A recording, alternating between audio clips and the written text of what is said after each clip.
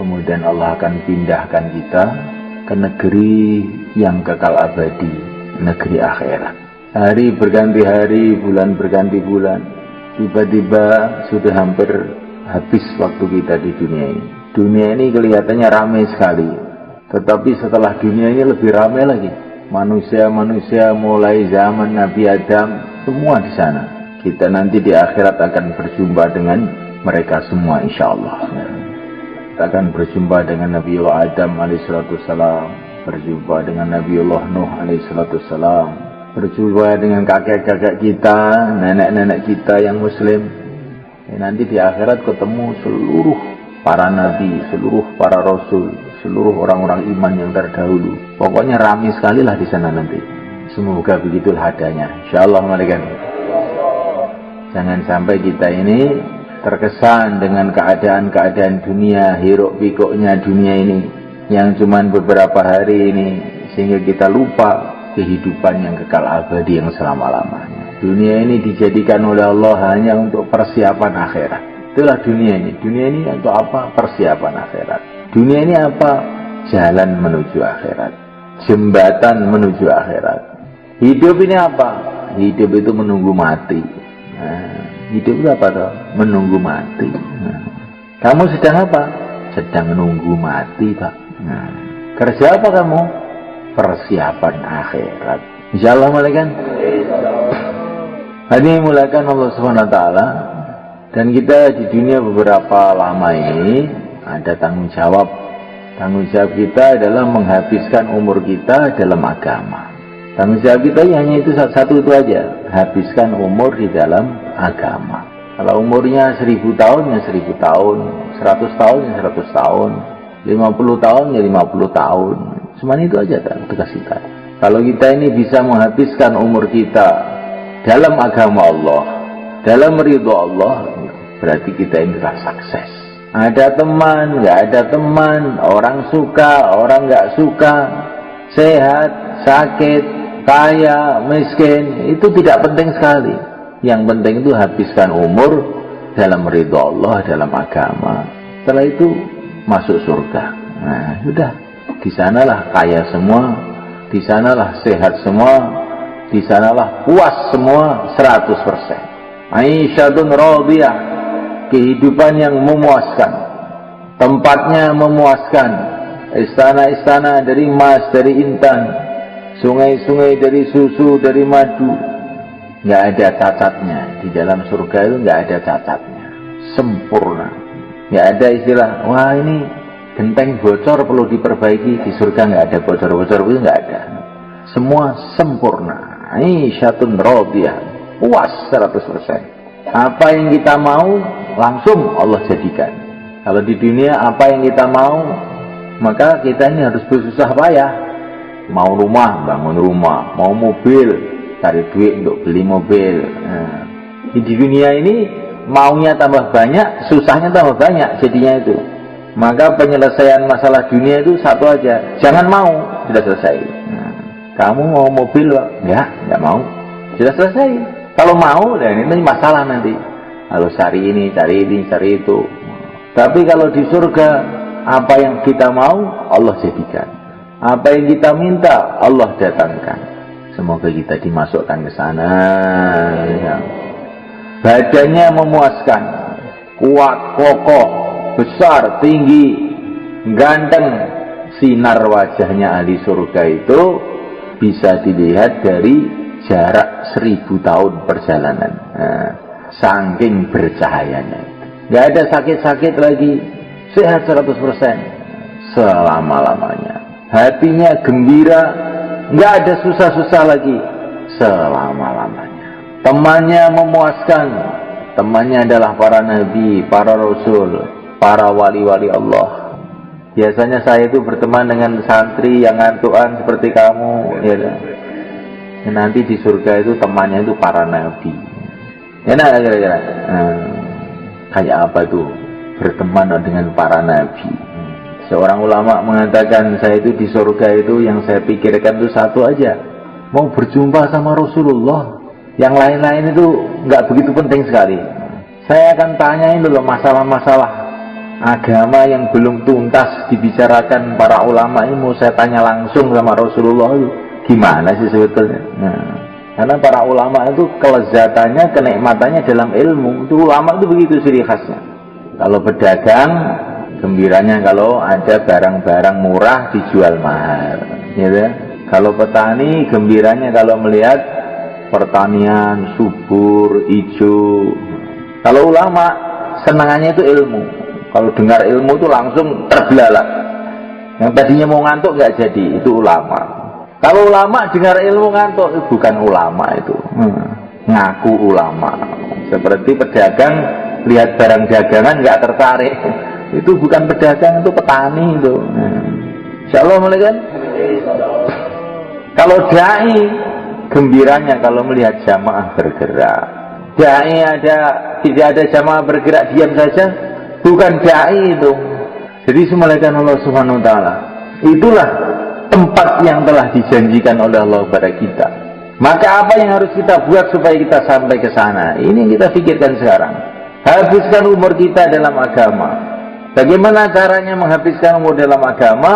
Kalau kita membuat suasana perjuangan agama. Petani telah menghabiskan umurnya dalam pertanian.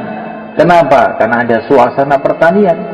Ada sawah, ada ladang, ada pekerjaan-pekerjaan. Akhirnya 70 tahun di sawah aja.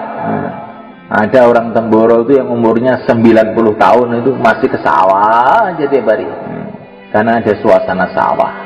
Kalau kita ini ada suasana perjuangan agama, hidupkan amal masjid, hidupkan amal rumah, hidupkan usaha agama, pembentukan jamaah, 5 amal masjid, buat madrasah-madrasah. Ya kita akan bisa istiqomah dalam agama. Tapi kalau kita tidak buat itu, nggak akan bisa istiqomah dalam agama. Betul kan? Kalau kamu ingin istiqomah ngajar, caranya bagaimana? Kamu bikin pesantren, nanti kan istiqomah ngajar sampai mati kamu ngajar. Lihat kiai-kiai itu, nggak ada kiai pensiun loh. Karena ada suasana ngajar. Maka dia baru ngajar, sama mau mati masih ngajar aja. Maka kita ini perlu membuat suasana perjuangan. Itulah kehidupan yang telah dicontohkan oleh yang mulia Nabi Agung Muhammad SAW. Kehidupan beliau ini kehidupan perjuangan, bukan kehidupan santai. Diam, enggak, perjuangan.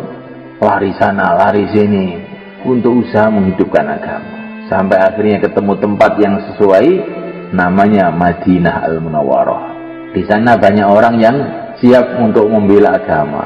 Orang-orang Madinah ini orang gembira dengan perjuangan. Wajib syukru alaina mada'a lillahi da. Wajib kita syukur selagi masih ada orang dakwah. Itu semboyannya orang Madinah. Maka Nabi betah di sana. Karena Nabi itu dai.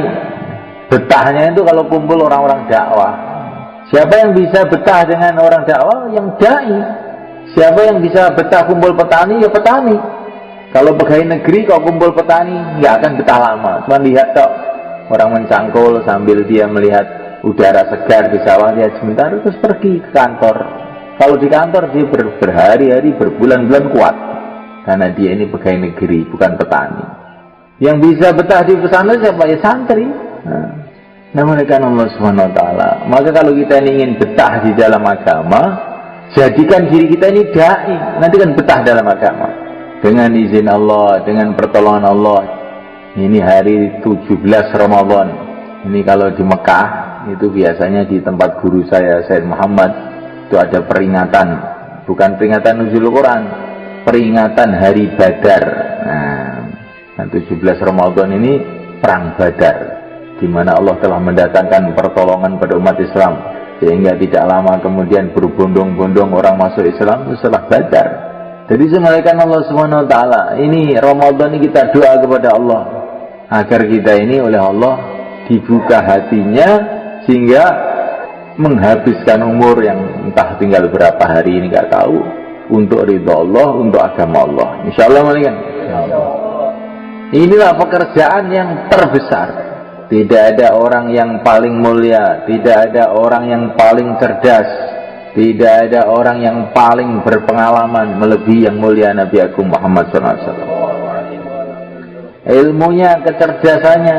Wa kulluhum min rasulillahi multamisun gharfan minal bahri aw rashfan minad diyami.